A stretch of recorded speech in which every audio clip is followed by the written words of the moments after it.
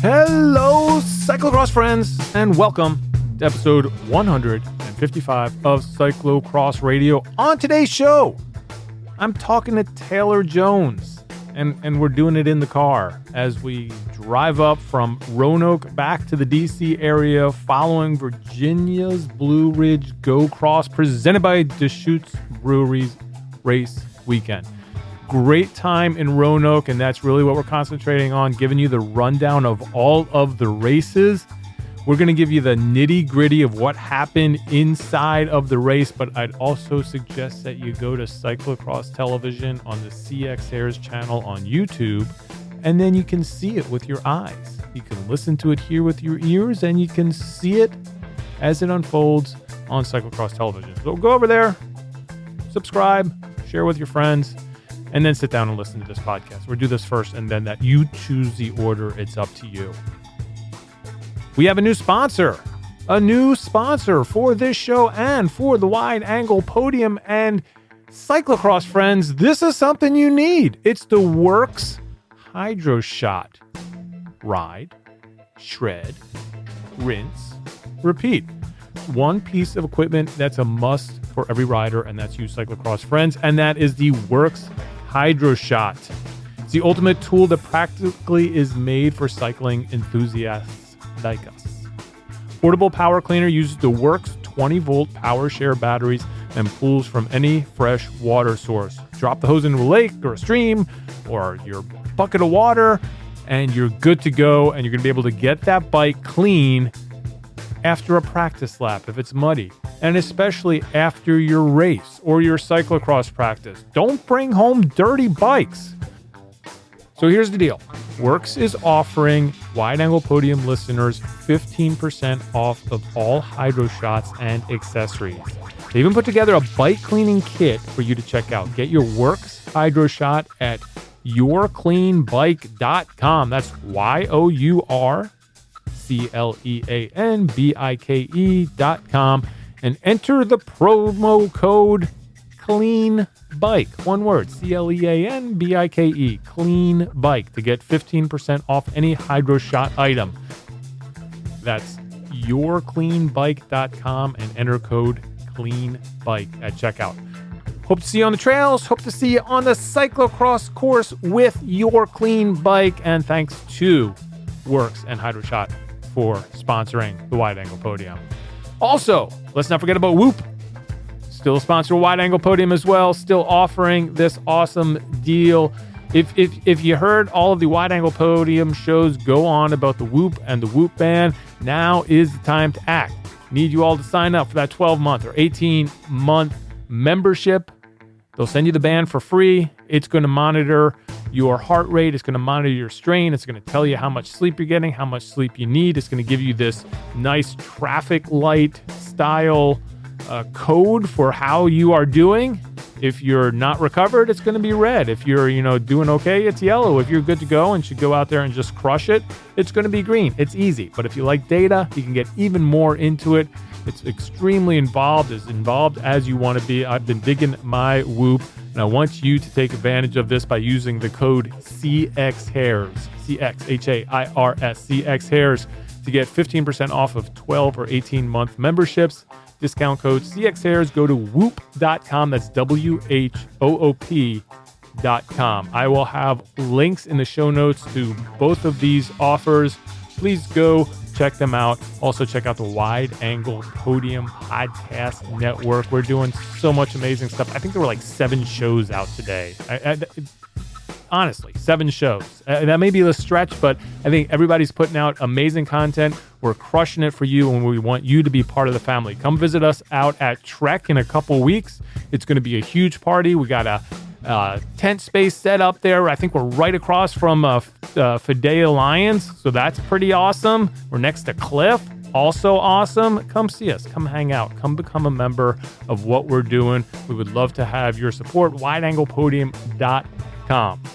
Okay, that's it. Let's talk cyclocross. It's the beginning of the season. It is here. We were at Go Cross, and we are in a car, and I'm with Taylor Jones, and we're going to listen to that conversation right now. We are here for another episode of Cyclocross Radio in cars. In cars. With coffee. Here with Taylor Jones. Iced coffee. Taylor, how's it going? It's going pretty well.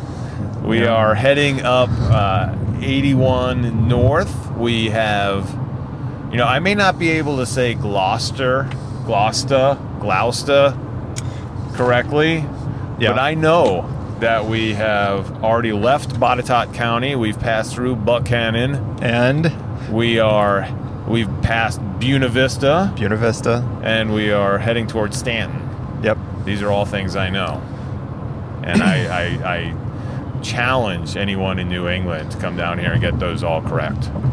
Yeah, if you're making the drive to Rochester next weekend and you're coming up 81, you can play that bingo card. Yeah. So we were in Roanoke, Virginia, Fallon Park for Go Cross, which was the first, I believe, in the country, the first UCI cyclocross race of the season, of the 2019-2020 season. It was great for Virginia Blue Ridge and all of our friends down in Roanoke to have that honor of kicking off the season. And well, let's just start here. We both live in DC, or DC adjacent. Yeah, I'm a lame suburbanite by 1 mile. By 1 mile. Yes, I don't even think it's a mile to the town line for you, for not DC really to Maryland, or the state line. If it's between a state and DC, is that still a state line? It's a good question. I mean, we did discover last week that DC has does not fall under any of the regional categorizations from USA Cycling. That's true. We are nowhere. USA Cycling only valid in the 50 states. We need a cycling without representation DC license plate. You can get right on that when you're done with everything else you have on your plate, Bill. So what I was going to say is what we dealt with in the DC area last weekend and a couple weekends before that was beautiful weather. Weekends in the 60s and 70s. We're out there. No humidity. Actually went out and rode my bike, and it was amazing. And I was like, oh, bike riding is awesome. And then we get down to Roanoke this weekend, and it's almost a replay of last year as far as the weather goes. Yeah, it was pretty warm. If you were able to find some shade and find some breeze, it was not too bad. But once you stepped out of the shade into the sun, it's good training for anybody who's going to be out in Waterloo. So it's pretty warm down there in Roanoke this past weekend. So the way, so that definitely was one of the factors that racers had to deal with. The one difference from last year to this year, I think last year you basically went to the venue and it was already an oven from go. And this year, at least the early morning races were okay, but really even by the time the 1, 2, 3 women, which included the junior women that are at that level, and then also the UCI junior men fields hit the course, it was already pretty significantly hot.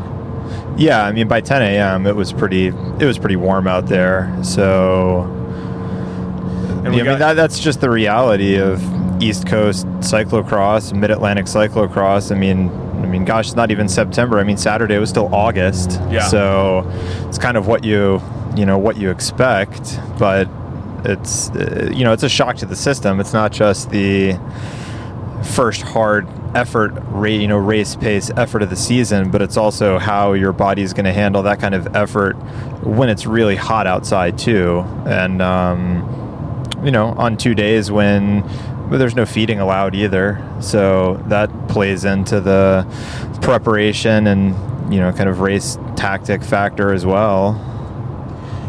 And when we talk about first, one of the other firsts that we saw, at least for North America, was the mandate by the UCI that for this year there needed to be a UCI U19 men's race, so 17 and 18-year-old men at every UCI event. So we had that for the first time, and good racing, but it's one of these things that I think we're going to see the struggle all year on how this plays out. I mean, the thing that, since participatory sport in the U.S. versus in Europe, they don't have an issue with this. They just put them out there. They're only running, 4 or 5 races in a day, and they can have the whole track to themselves, and it's not a big deal. Here, it's just not possible to give them their own time, especially for the size that we have. So,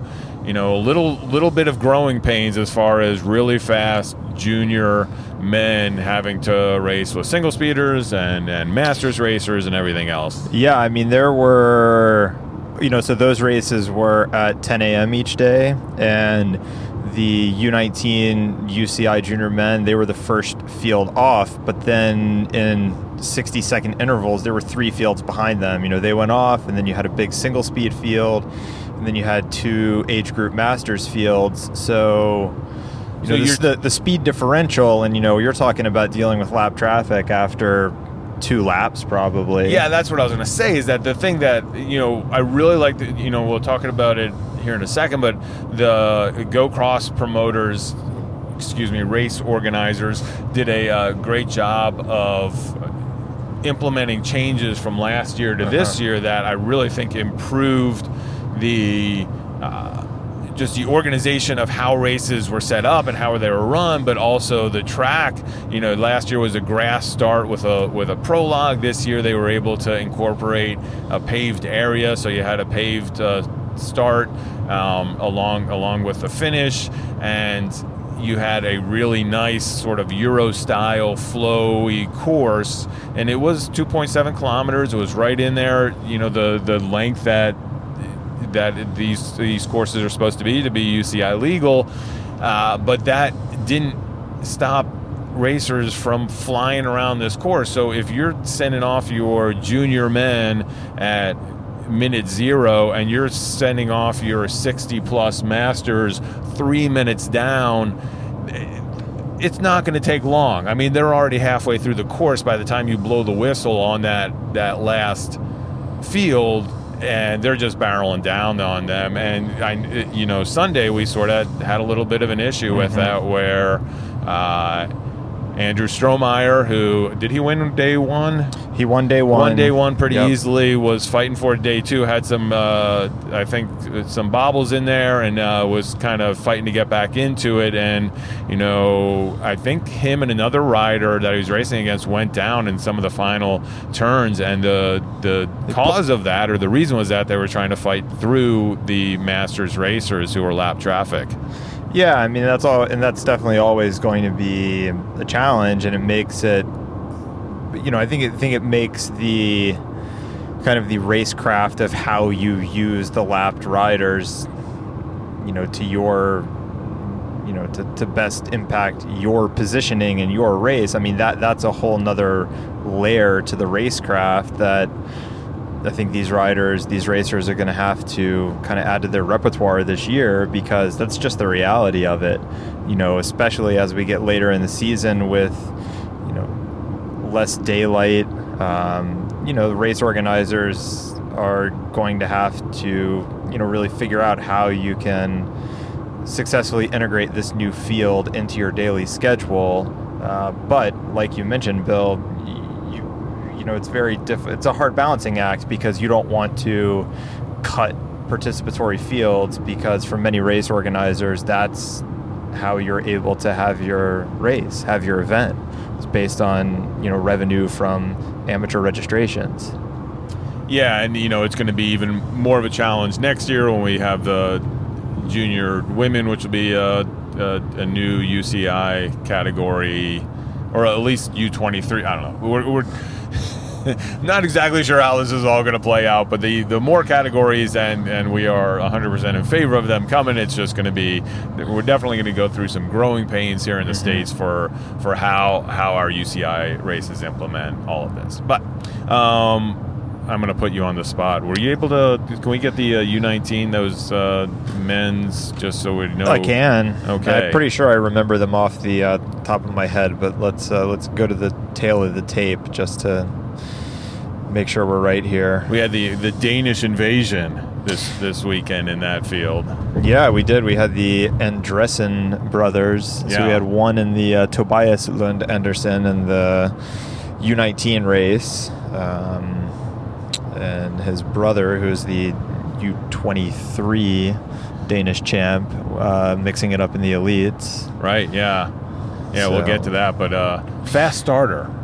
Very fast starter, yeah. I think that the big question seeing, and this is something that I know you and Elliot talked about in the kind of weekend preview, was what the heat was going to do to these European racers, because sure, you have summertime in Northern Europe, but I don't think in Denmark you experience the kind of heat and humidity you get down in the Shenandoah Valley. Yeah, for sure. I mean, we even saw it, and, we'll talk about the effects on the elite fields. We saw it with American racers, too, who just, think they're ready for it, but just aren't ready for it. Right, yeah.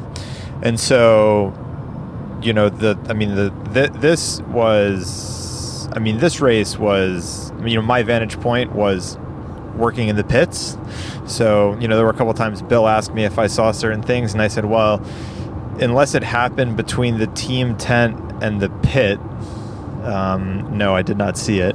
The most important thing you missed was that Mr. Peanut was on site in the venue, and you thought that Bruce and I both were joking when we were telling you this. That's true. I did not believe you, but I saw him in the flesh yesterday, so in the shell. Yeah, he was not shelled. That's true. Maybe he was salted in the shell. Yeah. No, I did not lick him to find out. So I have a feeling with whoever that poor soul was who was wearing that suit all day long, that if you had licked him, it would have been salty. Yeah, that's true. Good point. Anyway, so back to the race results. Yeah. No, I think it was really I wouldn't say each day was a carbon copy of the other, but really you had a group of 3 or 4 that almost immediately or within the first lap, lap and a half, really started to push the pace and kind of split the field. And I think that was somewhat predictable, because there's certainly, there's a relatively wide spread of ability level. There's disparity from that front group to everyone else. Yeah. And we'll see. I think we'll see that throughout the years. I think some of these bigger races, especially the C1, especially Cincinnati, especially the races that have been pegged as these development, talent ID type races, you're going to see bigger junior fields with the faster guys in the nation. But here it definitely was just those guys at the front. Yeah, for sure. And those guys at the front were Andrew Strohmeyer, who, here in the Mid-Atlantic, we know him well.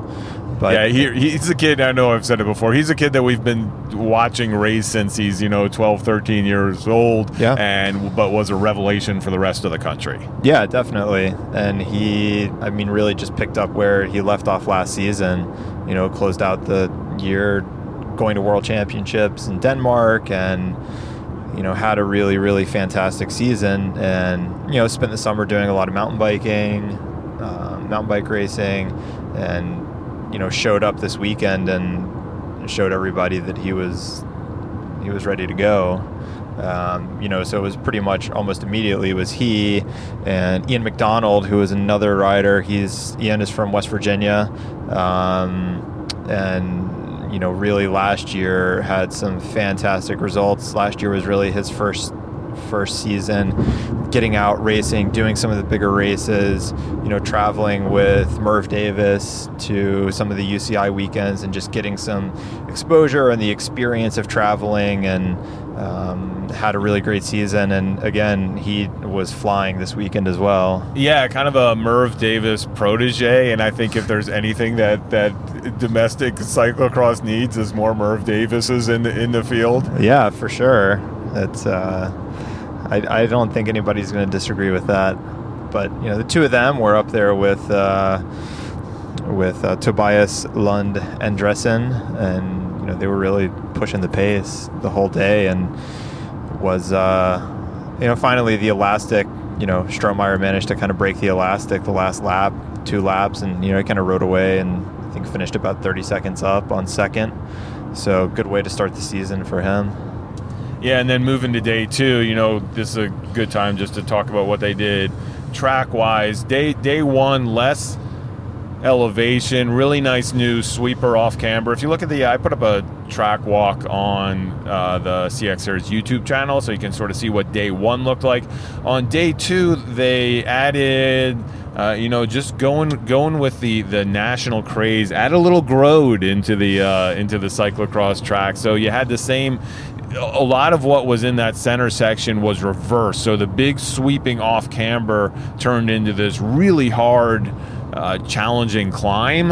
Yep. That was pretty loose, and in the amateur fields we saw a lot of people having to get off and walk that. Not a problem for the elites, but still definitely a challenging section, and something that was going to sap some well, and especially once you got into lap traffic. Yeah, for sure. Because there was definitely from the previous day, it having been an off-camber downhill left-hander, there were 2 distinct lines burned in.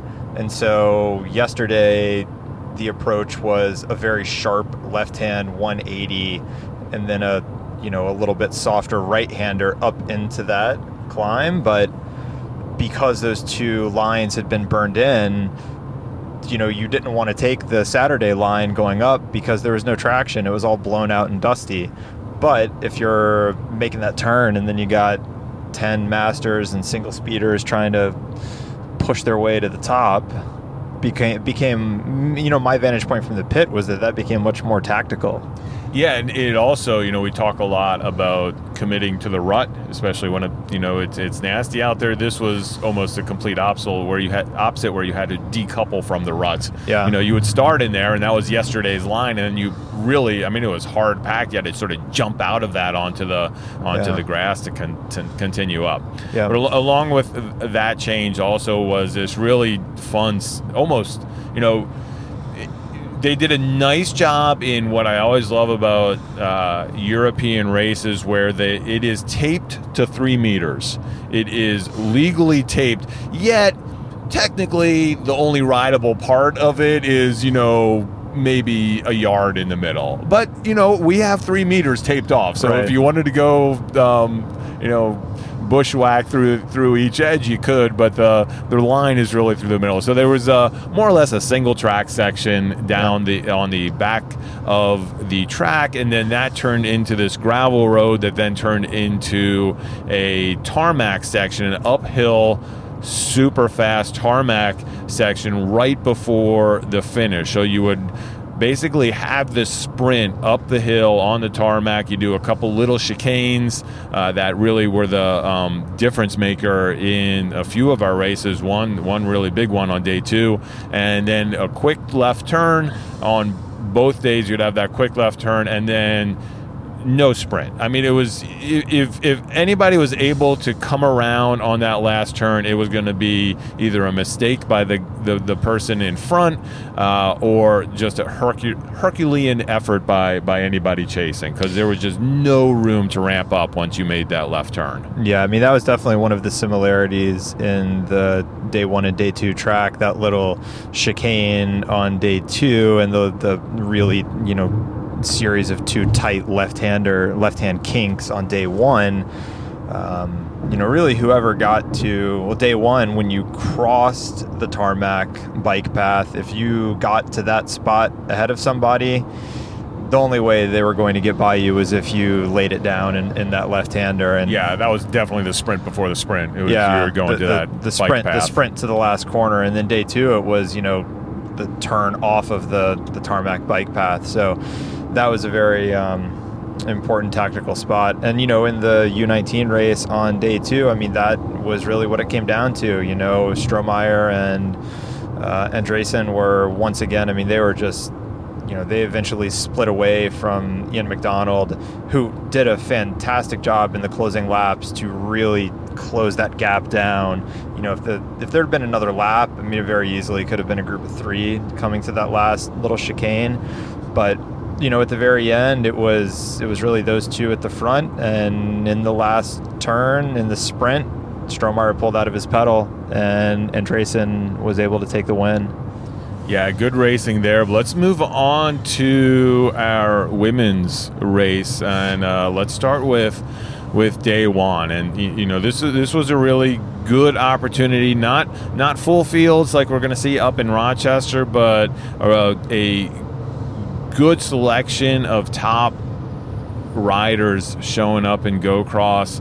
On the women's side, I think you're really if you're putting early money down, you're looking at Becca Fahringer, and you're looking at Sunny Gilbert, and you're looking at Carolyn Mani, and I really think that trio of riders were the ones that you're expecting the winner to come from. Yeah, I was, I guess surprised is maybe the wrong word, but I was really impressed with how well Becca Fahringer was going this weekend. She really started the season, with a really high level, and that I think was I think that's certainly promising for the rest of the year, and that was impressive to see. I mean, obviously everyone is motivated for the first weekend, and there's a lot of mind games of where am I relative to my competitors, but yeah, I agree that those are the top 3 that you've really got to look at, and it's a different landscape, like you and Elliot talked about. You've got Katie Compton's currently injured. Katie Keogh is going to be spending most of the year in Europe. There's some consolidation between teams. You have a lot more privateers. So what put all that in a hat and shake it up, and this was the first opportunity we had to see what kind of fell out. Yeah, and we talk about those top 3, and then you also have like Carolyn Mani, who's bringing in a lot of that good world championship level EMTB fitness into this race. So it's going to be interesting to see how that translated to cyclocross. And this one, on day 1, early on, it kind of played out like we thought. We'll talk about some of the sort of that second group out there, but it really was this group of 3 with Mani, Fahringer, and Sunny Gilbert really separating themselves from the rest of the field pretty quickly and getting a gap. And then after, and nothing really happened, and they were sort of riding strong tempo, all almost on a really hard group ride. A lot of chatter between between the riders at the front, and that chatter actually intensified once Sunny Gilbert was not able to hold the pace, and started to drop off a little bit. And I think the most memorable moment of that race that we all got to witness, because it happened right in front of the pits, and I was they're filming as well, is Sunny sort of dropping off about 10-15 feet, and Mani was on Fahringer's wheel and turns around and is like, come on Sunny, catch back up. And then Becca turns around and was like, no Sunny, don't do it, stay where you are. And then that just, that sort of back and forth between Becca and Carolyn just I think lasted for the next 3 or 4 laps. Definitely. And it's it's always interesting to see what the team dynamic is going to be too. Whether that actually does anything or not. If you have 2 riders who are both feeling well, it's like, did Carolyn and Sunny think that they'd be able to trade off attacks and put Becca in a hard place, which is what happened last year. Exactly. At this exact race. Yeah, it was almost the exact same scenario. So yeah, it was interesting to see that. And I think and we'll talk about day 2, but you just don't know what's going to happen in that situation. And I think Sunny, we saw her at nationals. Hey, a running heavy course is really her thing. But I mean, especially the Saturday course was a real like power course. A lot of like hard accelerations, out of turns. I mean, it was very flowy, but it wasn't, a diesel course. Yeah, also I think a big factor for her, and I'm sure she'll come back around, is that she moved from the Midwest to Colorado. Completely different climate. Not training in humidity anymore. Not training in the same sort of heat. So well, it's also longer travel days to get out to the East Coast. How does that impact your body? So so I don't think this was necessarily a fitness. I really think it was something more just not handling the heat the way that she has in the past. And so race-wise, further on into it, it really became a two-woman race just between Mani and Faringer. And Mani with a, really, really testing Becca a lot, and just 3 or 4 pretty hard attacks that she would get a gap, but nothing big. She'd get like a 5-10 second gap. And Becca, talk about dieseling, she would always just bring her back and bring her back. And then it came down to bell lap, and they were pretty much just side by side that whole lap, just fighting for that front position. Really exciting final lap of that race, just going side by side, switching positions, coming around. Becca finally got a little bit of the advantage in the back part of the course, and was able to hold that throughout and take the win by about a second or two. But really, really, really exciting day one women's race. To kind of give you an idea too of how, when the two of them decided it was time to push the pace and go, they finished about 2 minutes ahead of Sunny. Yeah. So, they really, when it was go time, they just went. And that's your third place finisher. Exactly. And talk a little bit, the great battle that I know you were keeping a close eye on, because they were in the camp of the folks that you were helping support, but down there in 4th, 5th, 6th position, some really fun battles going on. Yeah, I mean, I think one of the, a couple of the folks that you and Elliot highlighted as, people who'd had good years last year and had a good season of, preparation leading up to this weekend were folks like Jane Rossi, Carolyn Nolan, Anna McGall, Carla Williams, who's a former, UCI race winner and a Roanoke native. Those are all folks who were there kind of in the next group. And, Jane Rossi looked really, really strong both days, especially day one. She was definitely the rider that I think impressed me the most with how she looked in that day one race. Yeah, she was riding very well. And so, she and Carolyn Nolan were riding together for a long time and, kind of back and forth. And, eventually last lap, Caroline got ahead of Jane and put a little gap on her and rolled in 4th place, which, she was very happy with. But, it kind of more down towards the bottom of the top 10, there were a lot of women who were, I talked to a lot of them after the race, and I think one of the common rejoinders was in the back section of the course, out behind the swimming pool, there were a couple tight, off-camber turns, and a lot of folks washed out there. And so that really kind of shook things up in the down towards, 5th, 6th through 10th place, folks who were riding like Caitlin Bernstein, someone who's riding pretty strong in the top 10. Caitlin slid out one lap, and dropped her chain. And then I think she it was ended either up like Carolyn or Rossi in that same spot too, because I have that on. Yeah, Carolyn washed out there too. Yeah, because I actually have that one on video. So those are the kind of things that I think you don't necessarily see at the front of the race, but, play out and have an impact on what's happening. But the heat also really took its impact. Raylan Nuss was somebody who was riding really strong, and then I think the heat just got to her. She had to pull the plug and was sitting in the shade in the pit for the next 30 minutes or so, just trying to cool down. Yeah. Give us the rundown for that top 10.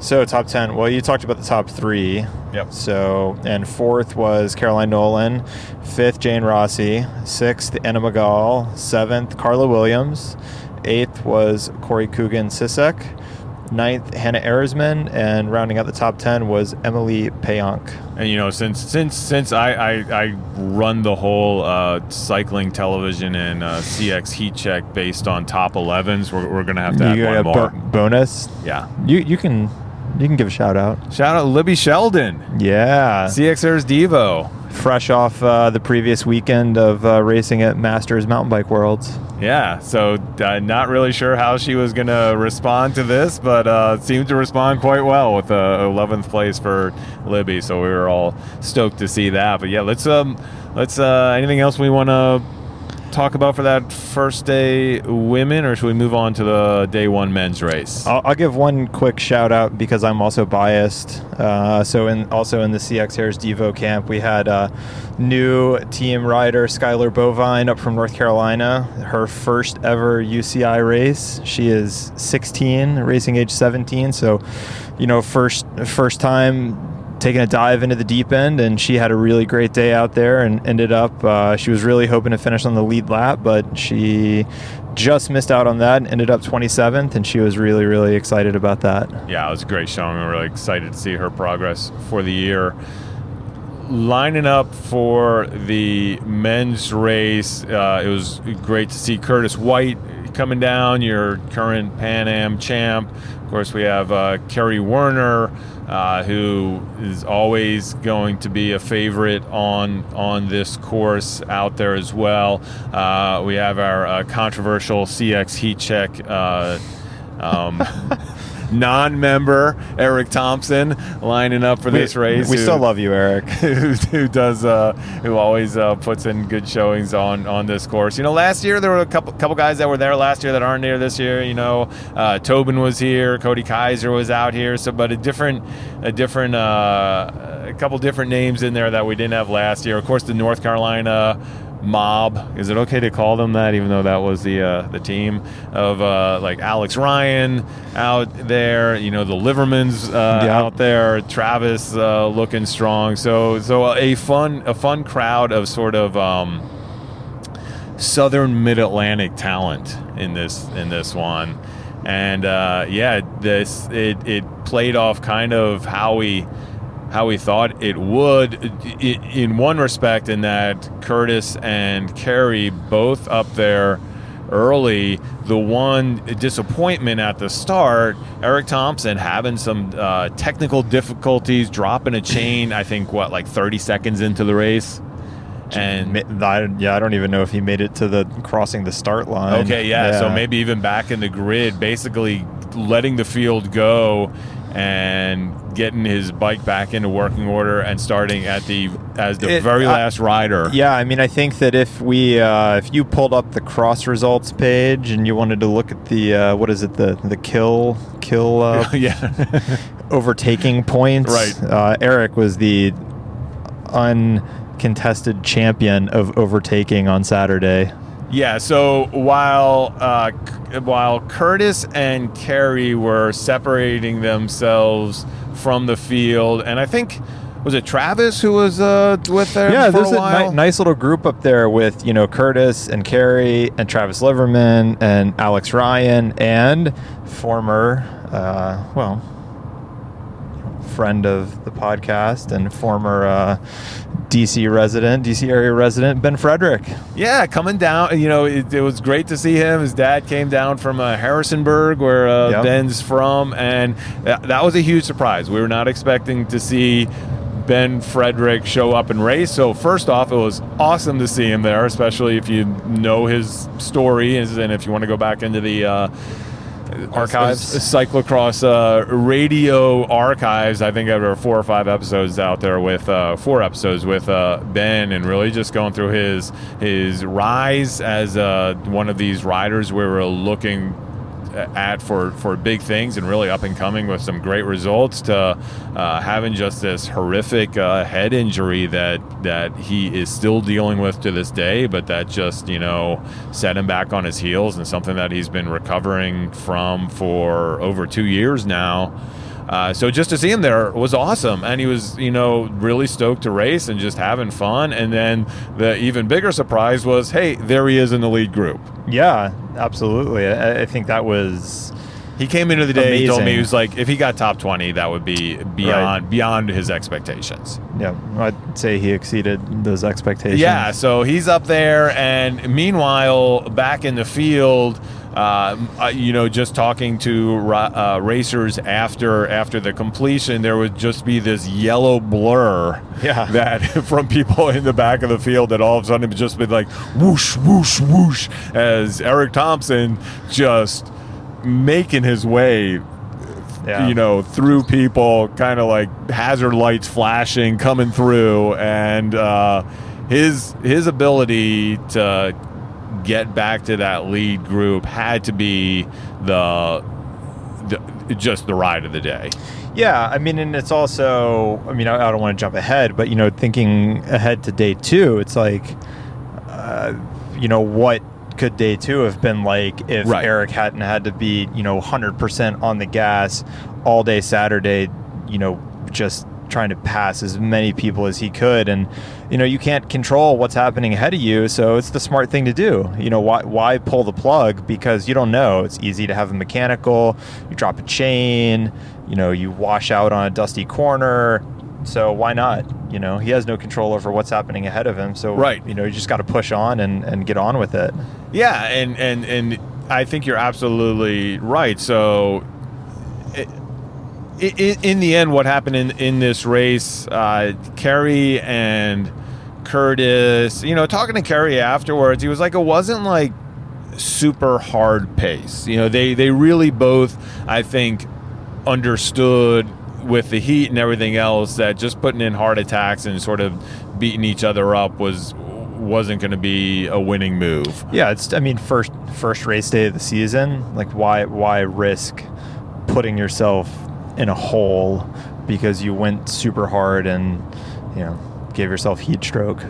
Yeah, so they played it out pretty close. At the same time, they're gapping off everybody else. Definitely the two fastest guys in this race, besides Eric Thompson, who's still making his way back up towards them.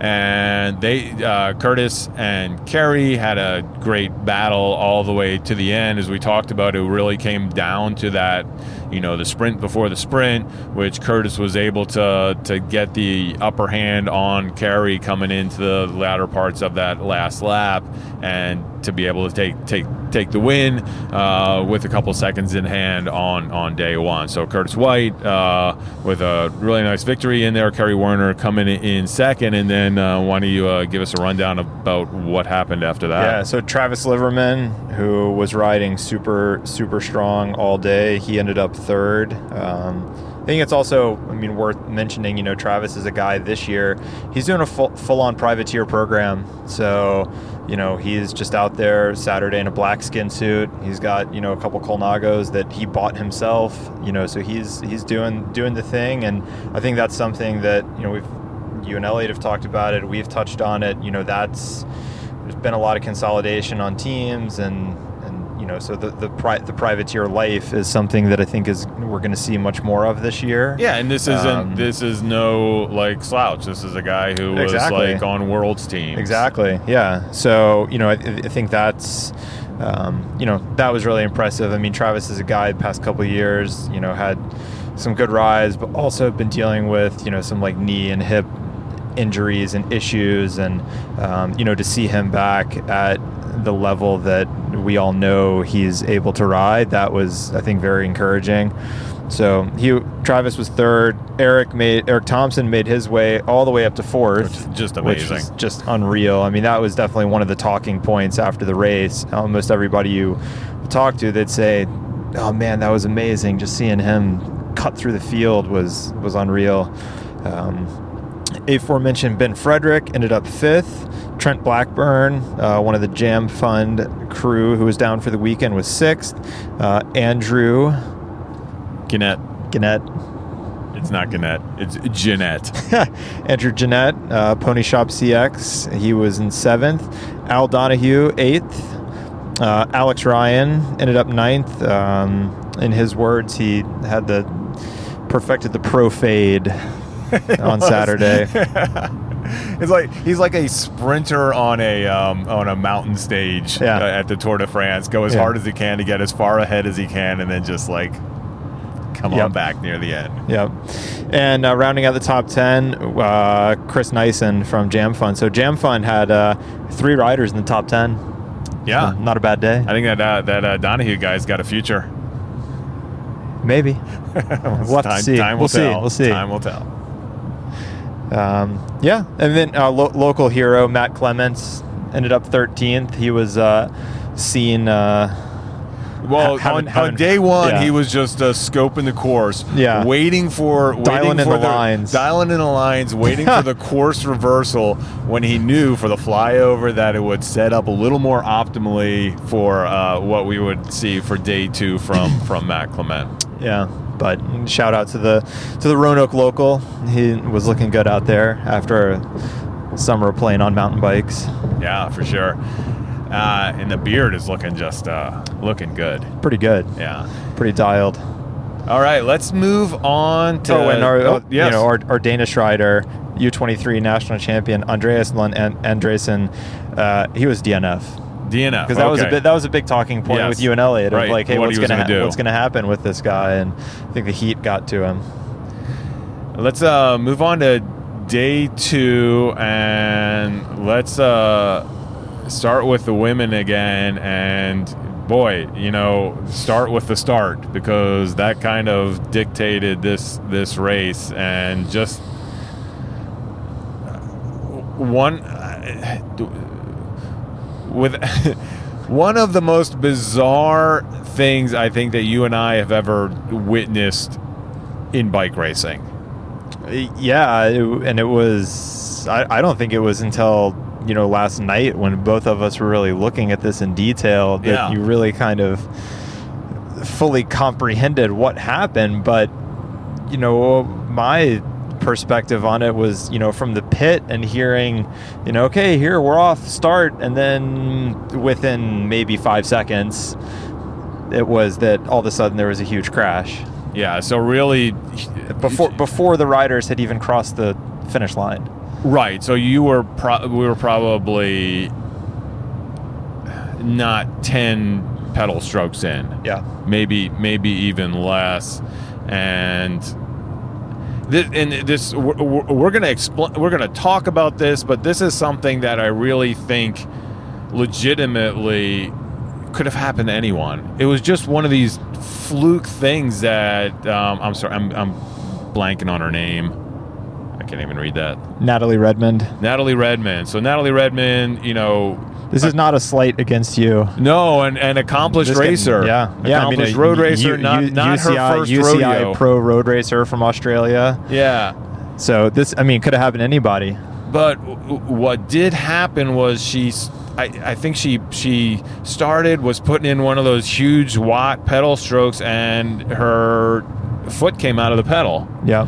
And so her left foot, I believe, is what came out of the pedal, and just in the middle of her stroke, which kind of yanked her whole body to the right and yanked her, she sort of pulled her handlebars all the way to the right and did this almost one-legged skate move on her bike that went perpendicular to the field.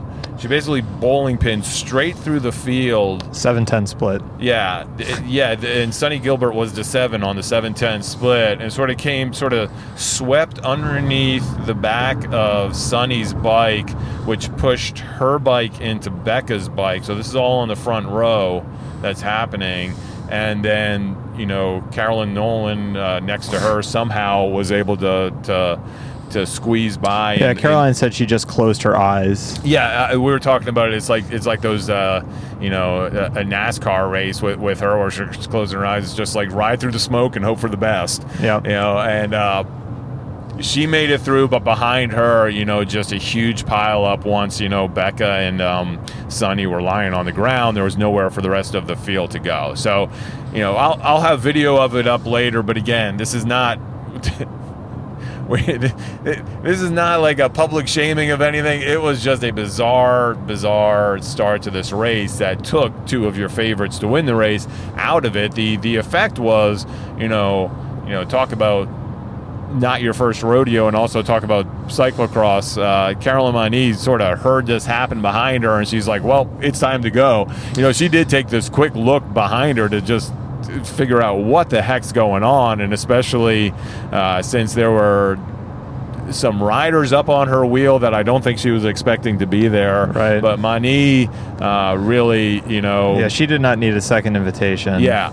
She needed no second invitation to take to this is cyclocross. Those things happen. You take advantage of it. That's what we expect people to do, and that's exactly what she did. And by the time she got to the flyover, she already had like a 3 or 4 second lead over the field. Yeah, and it really just kept growing the whole race. I mean, at that point, it was really for her, it was because again, we talked about how hot it was. It's about dosing your effort. Don't go into the red. We've seen her in the past have issues with hot races. Last year in Baltimore. Well, day one, no water bottle. Day two, she had a cage on her bike. Yeah. So, it was one of those things, hey, you don't want to get overly excited and just go into the red immediately to try and, build up an insurmountable advantage. You just have to kind of eke it out little by little each lap. Which she was able to do. But, I mean, that said, the race behind was fascinating. Yeah, and, we talked about Eric Thompson yesterday, kind of in that role for the women on day two, and with a crash. And, I know the adrenaline's flowing, but also, thankfully, nobody injured, and most everyone able to get up and race. Unfortunately, our Devo rider, Skylar, who you had talked about, came over her handlebars, hit the curb with her shoulder, hit her head a little bit, and just from having that head contact, especially at her age, the officials were like, we're not going to let you go on. She was, not happy about it, which you kind of like to see in a bike racer. She, came up here to race her bike, felt fine and wanted to continue, but it was good protocol there to say, hey, why don't we just sit this one out and make sure that you're okay with your head, especially we were talking about Ben Frederick, and we don't want anything like that to be the case by putting in those exertions when you may be having some issues. But she is perfectly fine. But Sonny Gilbert gets up, completely ripped skin suit, tons of road rash on her side. Becca also gets up, bleeding from the elbow. And it was Farringer who just was like, screw this. I'm still in it to win it. He got up and did sort of like what Eric did the day before, just started working her way through that field. Yeah, it was really impressive, just scything her way through the field with every lap. You had, behind Mani as she kind of got away. I mean, you had a nice little chase group. Caroline Nolan was there, Carla Williams, Jane Rossi, they know their way around the pointy end of a bike race. Right. So it's not as if, this fell into their laps and they were undeserving of being there.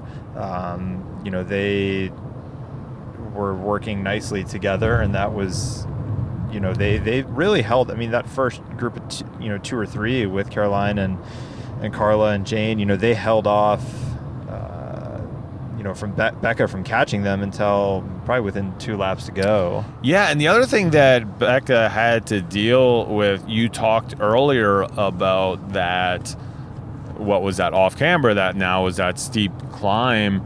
and she was back sort of at the back end of that field, just with some, lesser experienced UCI racers, and I saw her get held up a couple times just because they would be, the field was across the whole track, not going at the speed that we all know she could have been going. So really having to check up and pick her spots, so she's basically back there waiting to pass people while Mani is looking at no one up front, nothing to slow her down, and just, getting farther and farther ahead along with that front group. Yeah, I mean, Mani definitely was aware that folks were coming from behind because, every time there was a flat section of the course, especially along, pit 1 or pit 2, she was checking over her shoulder to see what was going on. Out of saddle, tongue out.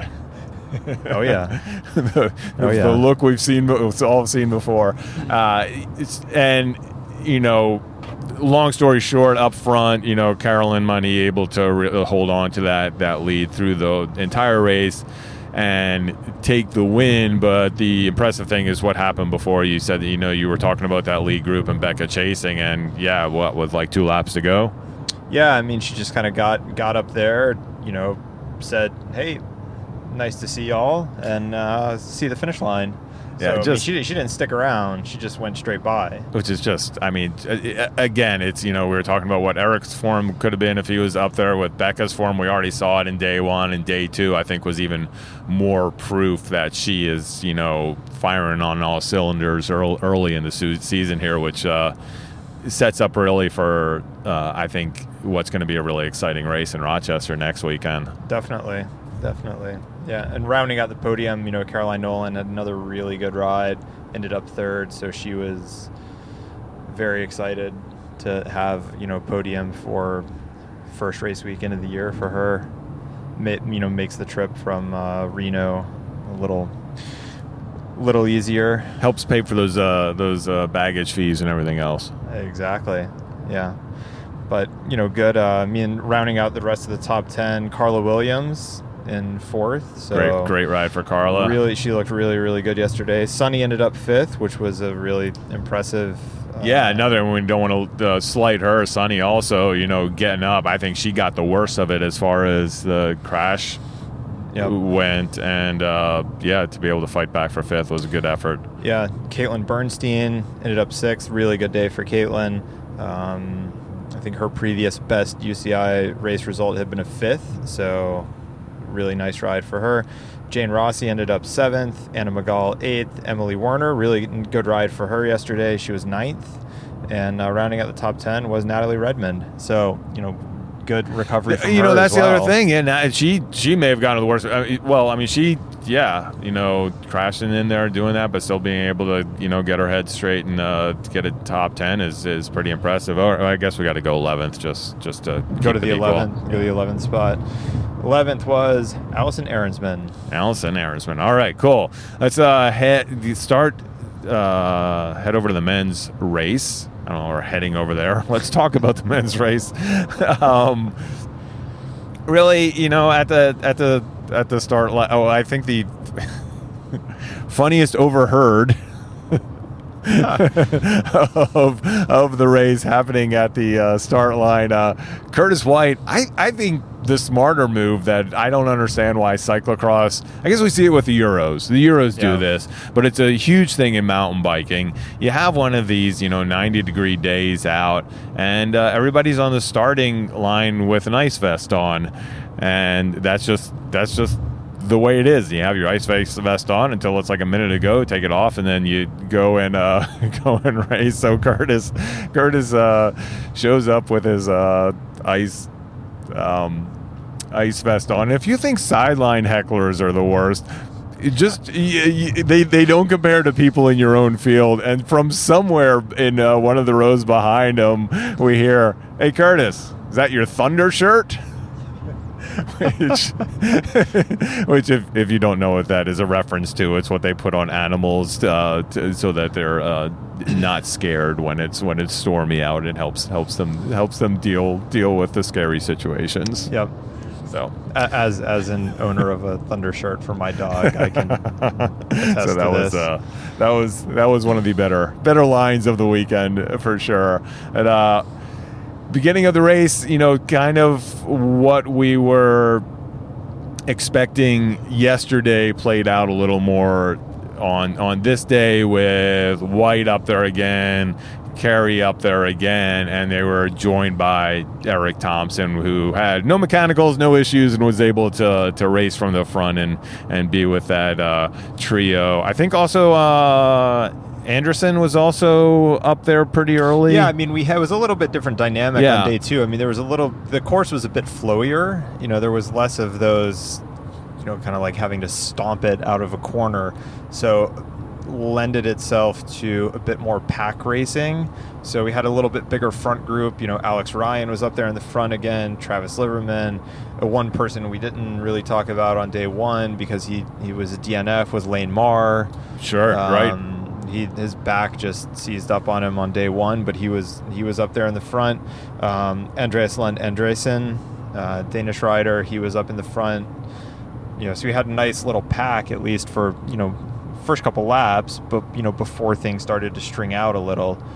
So a little bit different dynamic than the previous day. Yeah, Lane Marr, I think, really testing that back on day two. Mm-hmm. He was, you get these kids up there, and they just want to take off and make everybody work. Yeah, well, and I was talking with his dad yesterday in the pit when we were in there for the women's elite race, and he was saying he thought that part of the stress on his back had just been, Lane had been doing a lot of racing, but a lot of driving. He's based in Connecticut. He'd driven out to Nebraska for Gravel Worlds, then driven home. Then he'd driven up to Vermont for the Vermont Overland, then home, then all the way down to Roanoke. So it's a lot of time sat in a car seat, and he had some back issues last year. So a lot of racing, a lot of driving. First hard cross race of the season. Kind of perfect storm. Right, for sure. But it was great to see him down there and also racing. But yeah, so a couple laps in, and once everything shook out, it really became a three-man race with Thompson and Werner and White and Liverman and Ryan right there as well, to the whole race in it. Coming down to the end of this one, Thompson wasn't able to hold on to that pace, so he sort of was in no man's land in third place, and the race once again just came down to White and Werner, and it was much like what we saw the day before. It was really going to be won in the last strip, that last stretch of the lap before they made that left turn for home. And on this day, Kerry Werner, who is, I think, not to put thoughts into his head, but I think probably pretty pissed off that he wasn't able to execute what he wanted to the day before and get the win. And he, kind of had his eye on exactly what was happening ahead of him. Curtis ahead. He saw in one of those chicanes, what happened was like Curtis, it was so powerful, his speed just kind of like pulled him out to the side a little bit, and Kerry saw that opening and just shot through the gap, was able to take the inside line, just get right around him in that final chicane, and he was first by half a bike length around the turn. And as we said, that's really all it took. If you were first around that final turn, you're going to take the win. He was able to get a bike length by the time he got over the line and take it. But just tactically, I think he's got to gain a lot of confidence from that. Not that he needs any more. I mean, he's a great racer, but just to be able to execute that move late in the race on one of the strongest, if not strongest rider, along with himself in the U.S. was a great way to end the weekend. Yeah, and repeat of previous year where he also was able to win in a sprint.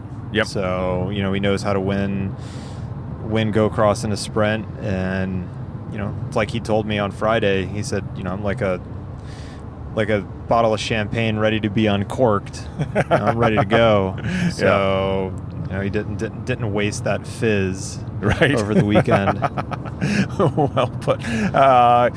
Eric Thompson hanging on to third place. I'm sure as soon as this is released, I'll be getting my texts and emails from the super rookie telling me that he needs to be part of the power rankings next week. We already got one message not from the super rookie, but from one Drew Giuliano. Yes. So Eric's got a lot of. He's also lobbying for Carolyn Nolan to be included in that as well. So this is what I like. I like that you're lobbying for the people you believe should be in the heat check, and where we got it wrong. So it's working out perfect. So that video actually will be up at the end of this week. So you're primed to go for Rochester. Yeah.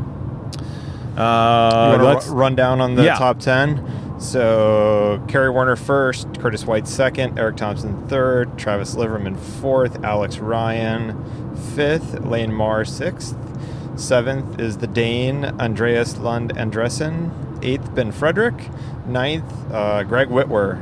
Really nice ride by Greg. And that Al Donahue guy again, another top 10. So you might be onto something, Bill. Yeah, good for him. Little fight of the masters back there with Whitwer and Donahue. Yeah. Awesome. All right. Great weekend in Go-Cross. I have to tell you that, the Deschutes and Virginia Blue Ridge have something down there, along with Frank and Wes, the organizers, who just do an amazing job with this race. And I think this is maybe the 5th year of the race overall. It's right around there. I may have that wrong. 4th. 3rd year they went to UCI, which was last year, and a lot of lessons learned. It was a great event last year. A lot of lessons learned, though, and they were able to pick up the production value. And I think just a great job. Great venue. They put on the kind of race that I think that racers want to go to. And we've talked about it before, and Taylor and I talk about it a lot, with what we do with DCCX, is that, with how the landscape is now, with how points may not be as important as they used to be, with all of the races, except for 3 being C2s, you really have to do something to set your event aside to have people want to come to it and want to race it, because it's really, you're asking these racers in most instances to spend their own money to come to your event. And I think that I think that's it. Is it's an event. Yes. If you think of it as a race, I think that's already a misstep. It has to be an event, and you have to be, we accept that in this country, you need to have amateur races to help meet the bottom line of your event. But that doesn't mean that has to take precedent over what you're doing to have a UCI level, professional level event. And it's really all about having a good event, a good experience for your elites.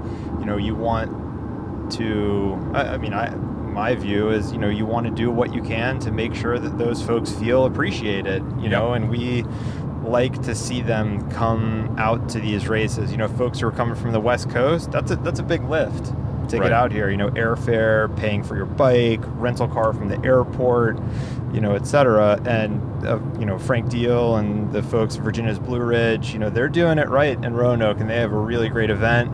And hey, having it on Labor Day weekend, I think, is great, because if you can stick around, bring your mountain bike, you can go to Mill Mountain, you can go to Carvin's Cove. It's some of the best mountain biking in the Shenandoah Valley. So, make a weekend of it, and it's a really great event, and a really nice place to start the UCI season in the U.S. Yeah, for sure. And we will have coverage from Bruce Buckley on cxhairs.com. He has a gallery and a big picture coming up there soon. I will also have 4 episodes of Cyclocross Television for covering each race for each day, and those will be rolling out throughout the week. So really excited to get the Cyclocross season started, and we'll be in Rochester next weekend. But yeah, we got hour 35 according to Waze until we are back in DC. So thanks for joining us on our drive. And hey, Taylor, thanks for stopping by. Always a pleasure. Thanks for the lift. Yeah, no problem. You get to pick what we're playing next on the radio. Sounds like a plan. All right.